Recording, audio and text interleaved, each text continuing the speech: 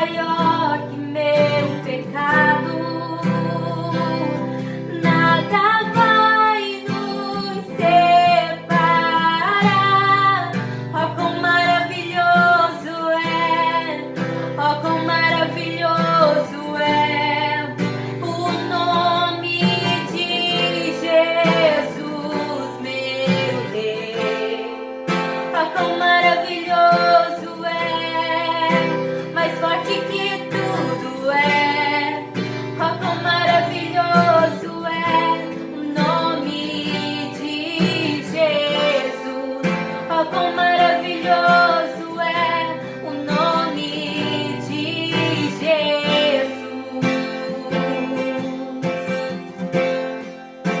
A morte venceste, o véu tu rompeste, a tumba vazia agora está.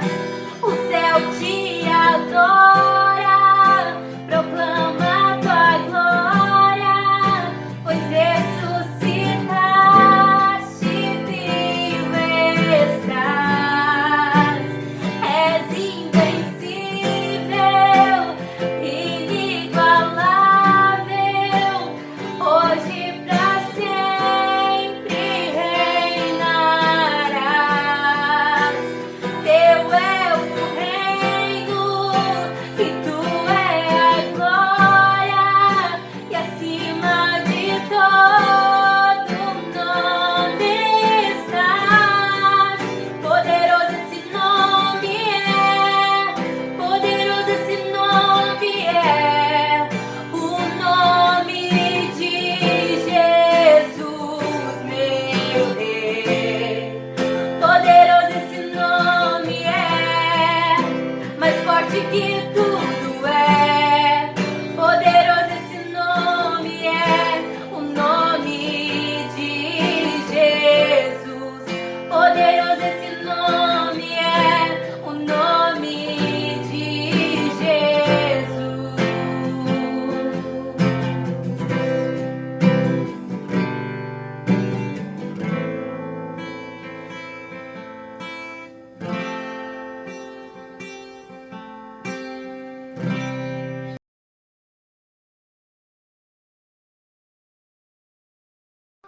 Olá, queridos, graça e paz, tudo bem, meus irmãos? Queridos, hoje eu venho falar sobre a Páscoa, é a Páscoa do Senhor. Você sabe o que é a Páscoa? Você já partilhou com seus filhos, com a sua família, o que é a Páscoa? Pastor, você está fazendo uma pergunta difícil, nem eu sei. E por não sabermos, por não conhecermos a verdadeira Páscoa, a gente acaba vivendo a Páscoa que o comércio nos mostra, né? Do coelhinho e dos ovos de chocolate. E quem sabe você viveu isso na sua casa por muito tempo. Quem sabe você tem instruído hoje os seus filhos a viver essa Páscoa, né, do comércio, do coelho e do ovo de chocolate. Mas essa não é a Páscoa verdadeira, não é a Páscoa bíblica, não é verdade? A Páscoa bíblica, meus irmãos, ela está registrada no livro de Êxodo, e eu quero que você, por gentileza, abra a sua Bíblia, o seu smartphone, não é? E eu quero que você leia comigo alguns versículos. Eu não quero ler todo o capítulo 12 para o vídeo não ficar muito comprido, entende? Mas eu quero desafiar você depois a ler o capítulo 12 inteiro de Êxodo. Então, ali em Êxodo, o Senhor está manifestando a última praga sobre o Egito, no propósito de libertar o seu povo. O povo estava sofrendo muito na mão de Faraó, mais de 400 anos de sofrimento, de escravidão. O povo ora, clama a Deus, Deus ouve o clamor do povo e Deus então decide levantar um libertador, Moisés. E nessa última praga, nesse último momento, para que Deus queria libertar o seu povo, Deus instrui Moisés que chamasse o povo e cada família pegasse um cordeiro e o sacrificasse, e o sangue desse cordeiro iria ser aspergido nos umbrais das suas casas. E todas as casas que tivessem a marca do sangue, naquela noite, essa praga não tocaria, passaria por cima. O pastor Alain já deixou um áudio aí para os irmãos, foi compartilhado em todos os grupos, né, sobre o que significa essa passagem, né, peça, né, que é passar por cima. Então a casa que tinha nos seus umbrais a marca do sangue, o anjo da morte, ele passava por cima e aquela família era poupada. Em contrapartida, aqueles que não tinham a marca do sangue nos seus umbrais, os primogênitos, homens e animais, eram mortos. E aconteceu assim.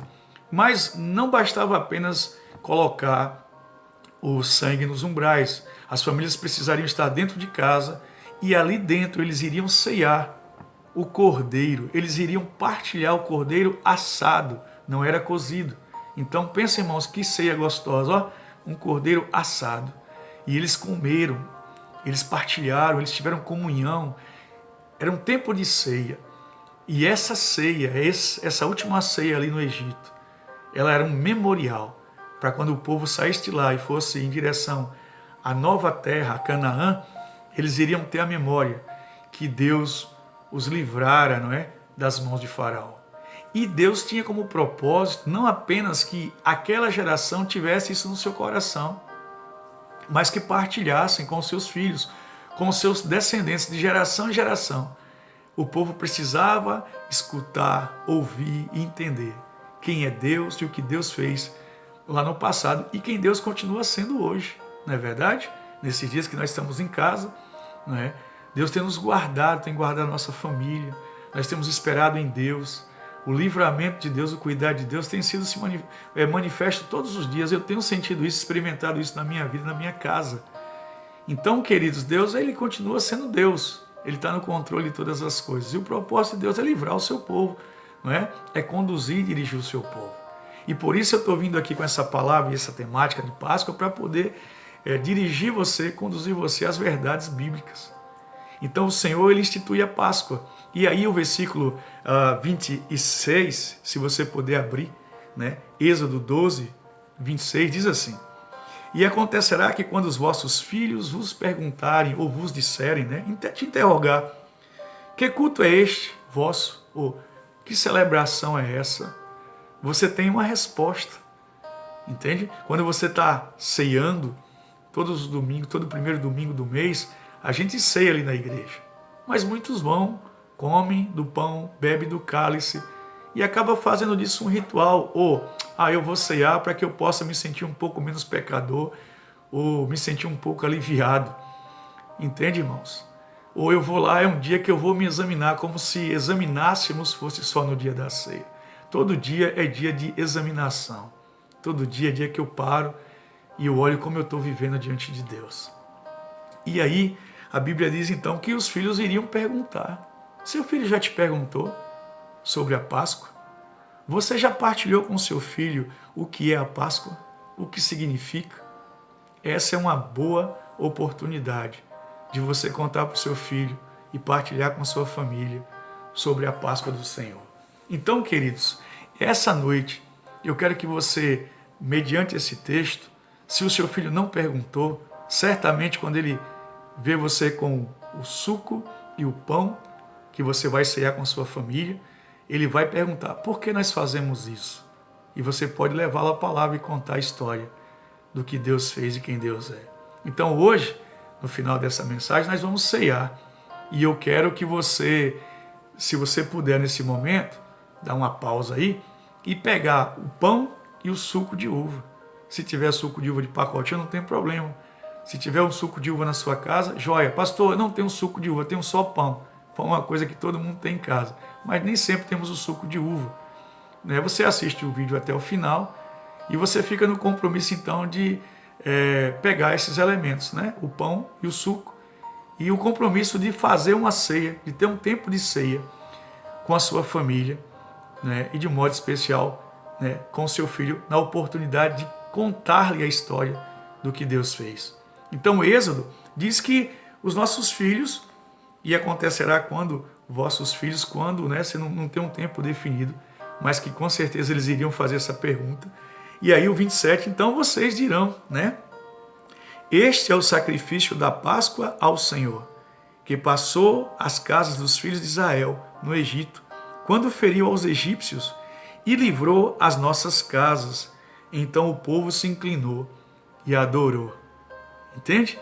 Essa era a resposta que os pais daquela geração ali, né, que saiu do Egito, iria contar para os seus filhos. Mas Deus queria que isso fosse muito mais além, que uma vez contando para os filhos contariam para os netos e assim sucessivamente, e até chegar em nós. Graças a Deus que nós temos a Bíblia, não é? Está registrado. Mas muitos dos nossos pais não nos falaram, não nos contaram, não é? A história da verdadeira Páscoa. O que nós ouvimos foi sobre coelho e sobre ovos de chocolate. E essa é a oportunidade da gente sair da falsa Páscoa, né? Desse mercado aí que existe, na verdade, para entrarmos na verdadeira Páscoa, no verdadeiro sentido da Páscoa, que tem um significado muito especial. Então, o tempo passa. Os irmãos sabem que agora Deus continua cuidando do seu povo. Foram 40 anos no deserto, eles entram na terra prometida. E aí então Jesus vem e se manifesta. E Jesus vem habitar no meio de nós. Nasce lá Jesus. Ele cresce, ele cura, liberta.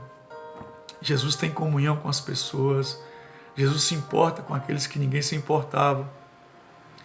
E aí chega um momento que Jesus agora está com uma equipe de 12 homens, começa a partilhar as coisas do reino e começa a prepará-los para que continuasse conduzindo a palavra, o evangelho e o reino de Deus. E Jesus então começa a falar para eles que ele iria partir, que ele iria ser entregue, iria ser maltratado, iria ser crucificado numa cruz e morto, não é? Mas que no terceiro dia ele ressuscitaria.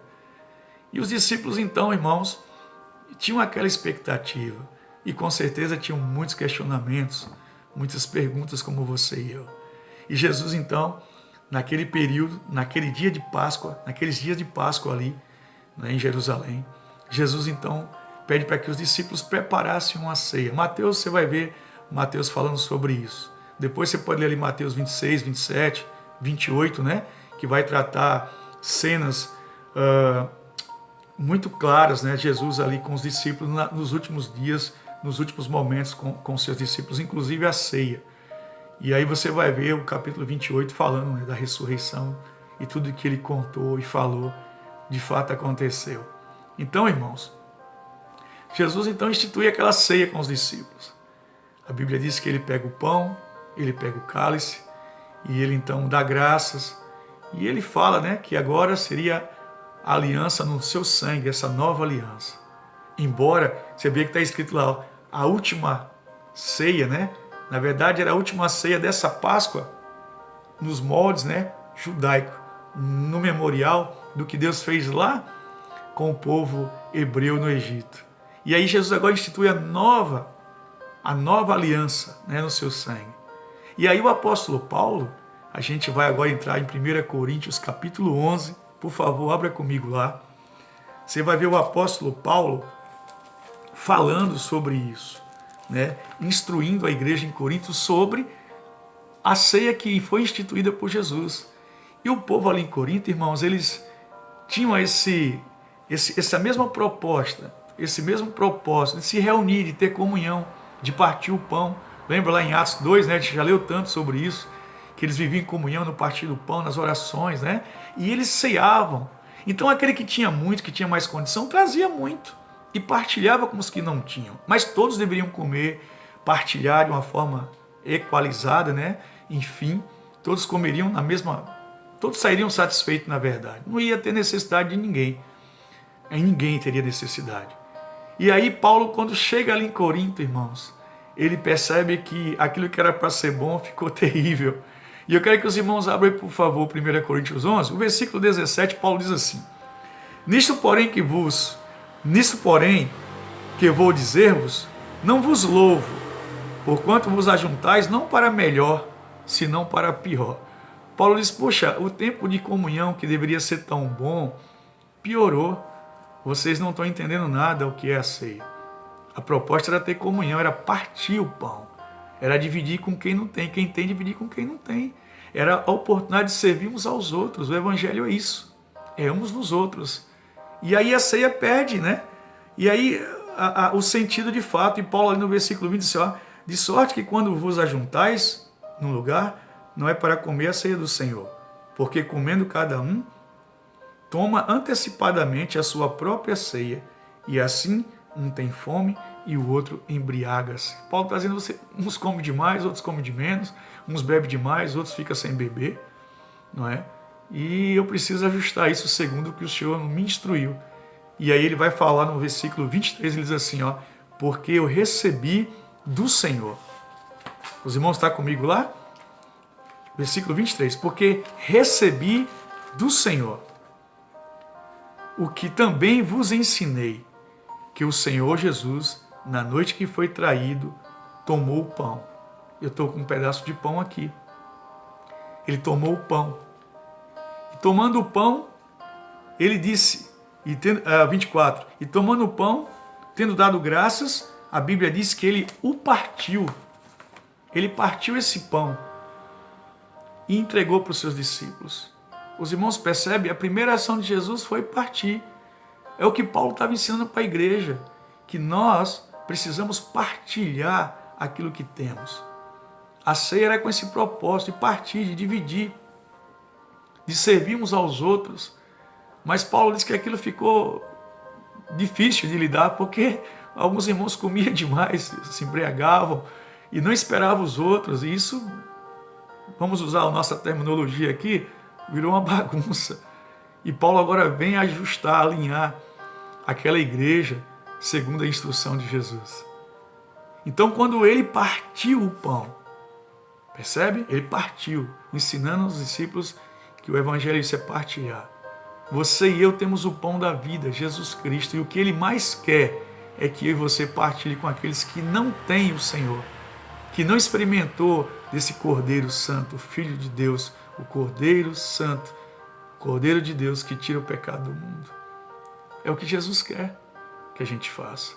Então, antes de comer, ele partiu, porque o comer, irmãos, o comer do pão é o anúncio da morte, mas o partir é o anúncio que o corpo continua vivo. Você entendeu isso? Quando eu como, é o anúncio da morte, né? Jesus, ele morreu, ressuscitou, mas quando eu partilho, quando eu reparto, é o anúncio que o corpo, ele continua vivo. E foi o que Jesus fez, né? Ele, tendo dado graças, o partiu e disse, tomai, comei, isto é o meu corpo que é partido por vós. Fazei isto em memória de mim. Semelhantemente, depois de cear, tomou o cálice, dizendo, este cálice é o novo testamento, a nova aliança no meu sangue. Fazei isto todas as vezes que beberdes em memória de mim. Você percebe? Todas as vezes que o pessoal celebrava a Páscoa, lá o povo hebreu, e os filhos estavam à mesa, não é? Eles contavam a história do que Deus fez lá. Eles traziam a memória e transferiam para os seus filhos quem Deus era e o que Deus havia feito. O livramento do Senhor, a libertação do seu povo do cativeiro. Os irmãos entendem isso? Qual era a proposta, qual é o propósito da Páscoa?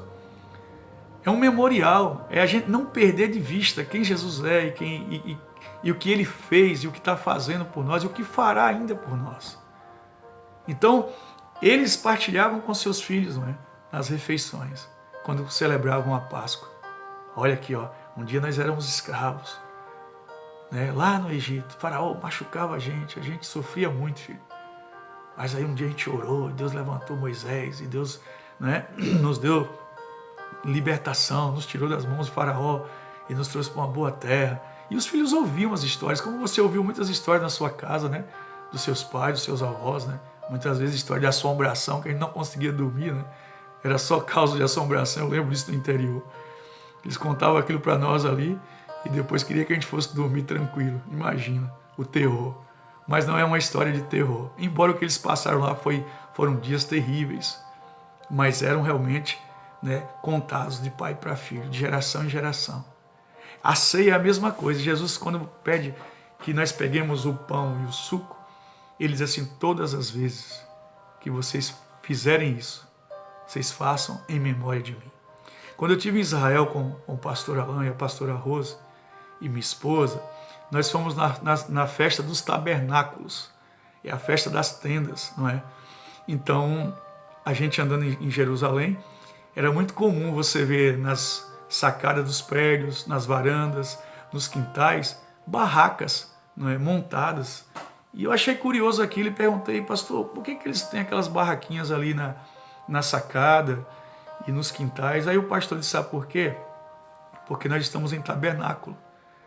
E tabernáculos eram tendas. Então, essas tendas, essas barracas são memoriais para que o povo de Deus não esqueça que durante 40 anos no deserto eles moravam em tendas. Eles não tinham casas, irmãos.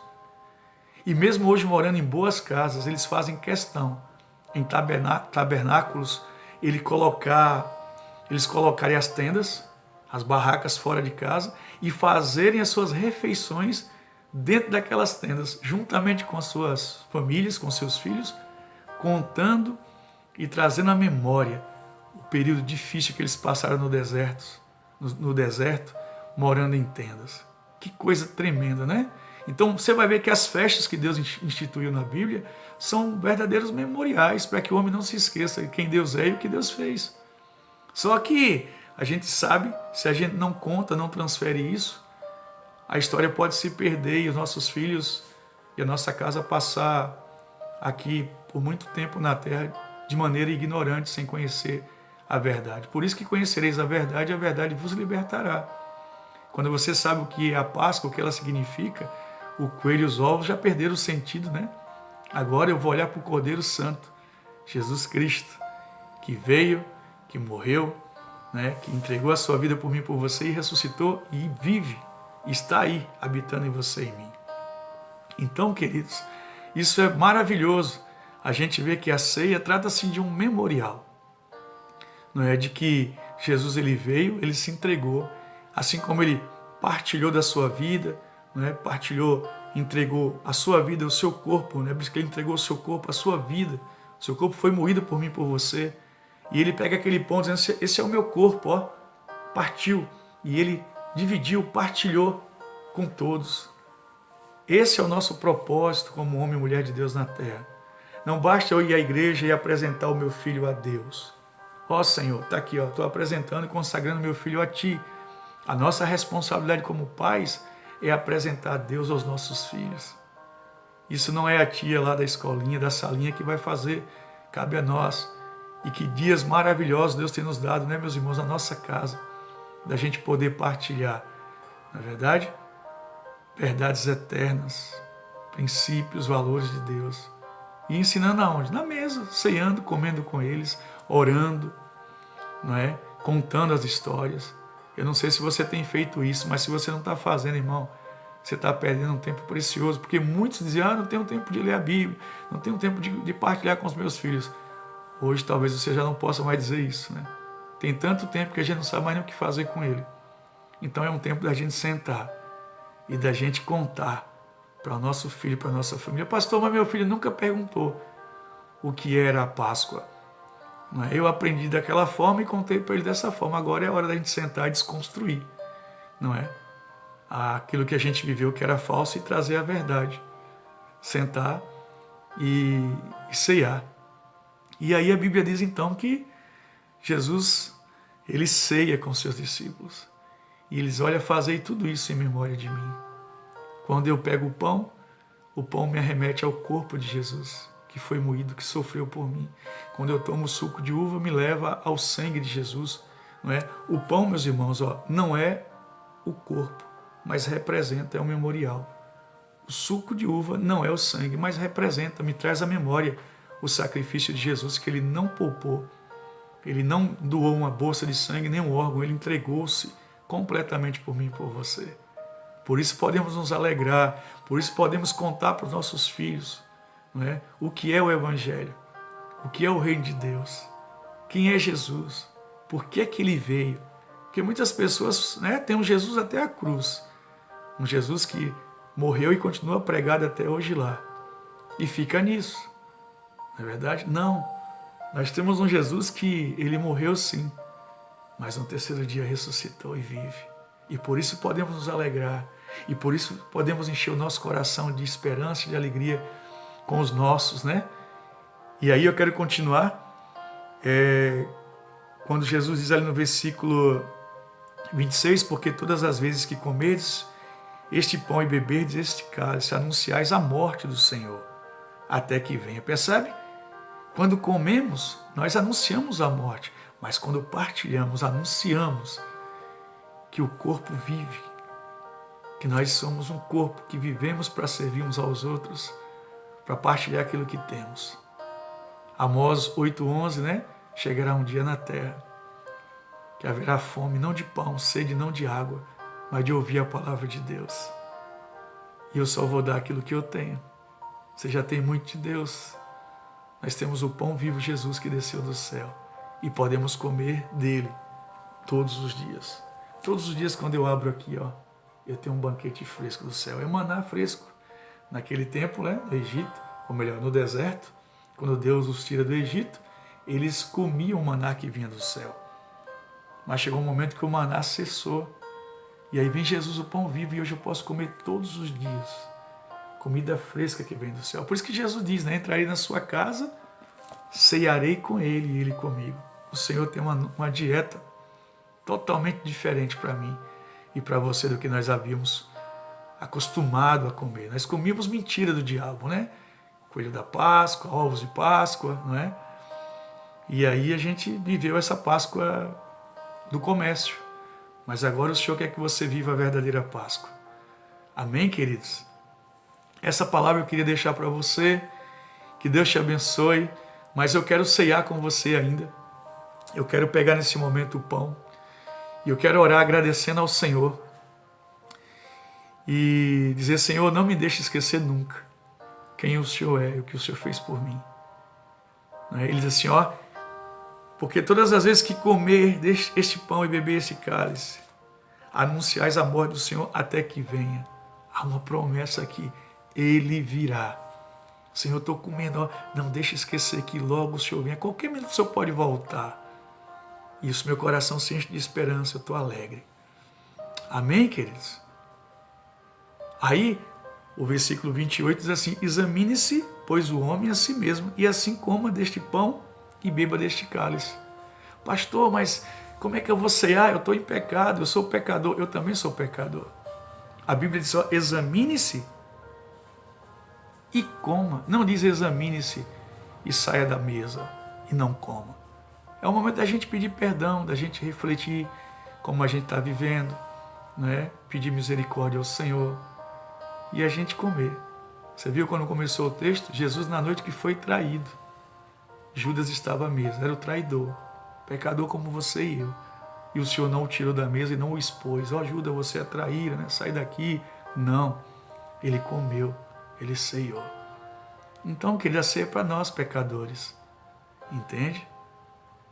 Eu tenho entendido isso, que não é mérito, eu não ceio com Jesus por causa do mérito, mas eu ceio por causa da graça, do amor dele que me alcançou. Amém? Eu quero orar agradecendo ao Senhor. O apóstolo Paulo diz assim, porque eu recebi do Senhor o que também vos ensinei, que o Senhor Jesus na noite que foi traído, tomou o pão. Está aqui o pão nas minhas mãos. E diz assim, semelhantemente, né? Depois de cear, tomou o cálice. Eu quero ceiar com você. Pega o seu pão e vamos orar. Pai querido, obrigado, Senhor, por esse pão que está na minha mão. Não é o teu corpo, mas simboliza e traz à memória o que o teu corpo passou, padeceu pela minha vida, pelo perdão dos meus pecados, pela libertação, Pai, agora não mais de uma geografia, de um território, mas libertação da minha alma. Libertação, Deus, ó Pai, das mentiras que o diabo conseguiu me enganar até aqui, até não conhecer as tuas verdades. Mas agora, Senhor, eu conheço o Senhor, eu conheço a tua palavra, eu conheço a tua verdade. E é essa verdade que eu quero viver, é essa verdade que eu quero anunciar. Muito obrigado, Pai. Eu te agradeço em nome de Jesus por este pão. Vamos cear, meu irmão?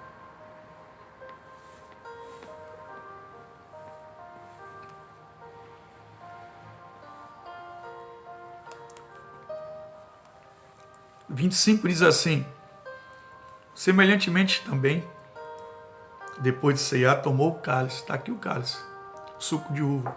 Não é ouro, tá, irmãos? É plástico. Eu participei de um congresso e nós ceamos nessas taças aqui. E é muito bonita, por sinal.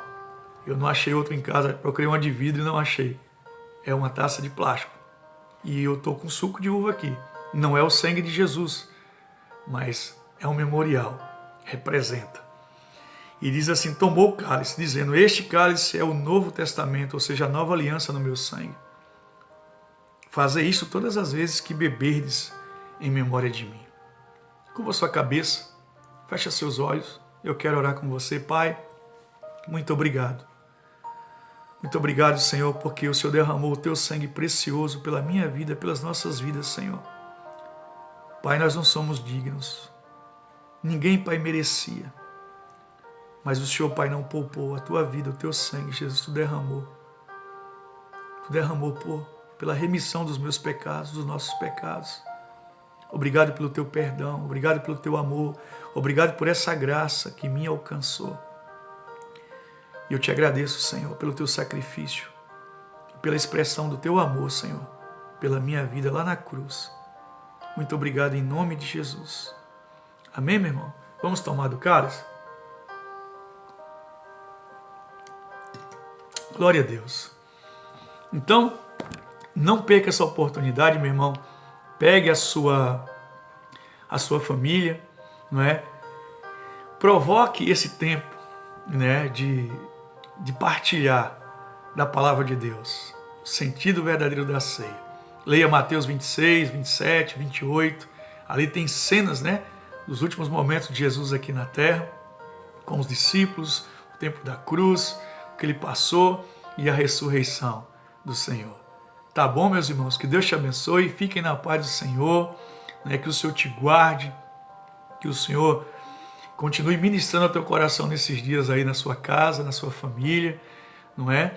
E que seus filhos nesses dias conheçam o Senhor, a verdade, né? E que eles possam também transmitir aos seus netos, né? Às futuras gerações, a verdade que nos liberta, Jesus Cristo. Que Deus te abençoe. Fica na paz do Senhor, em nome de Jesus.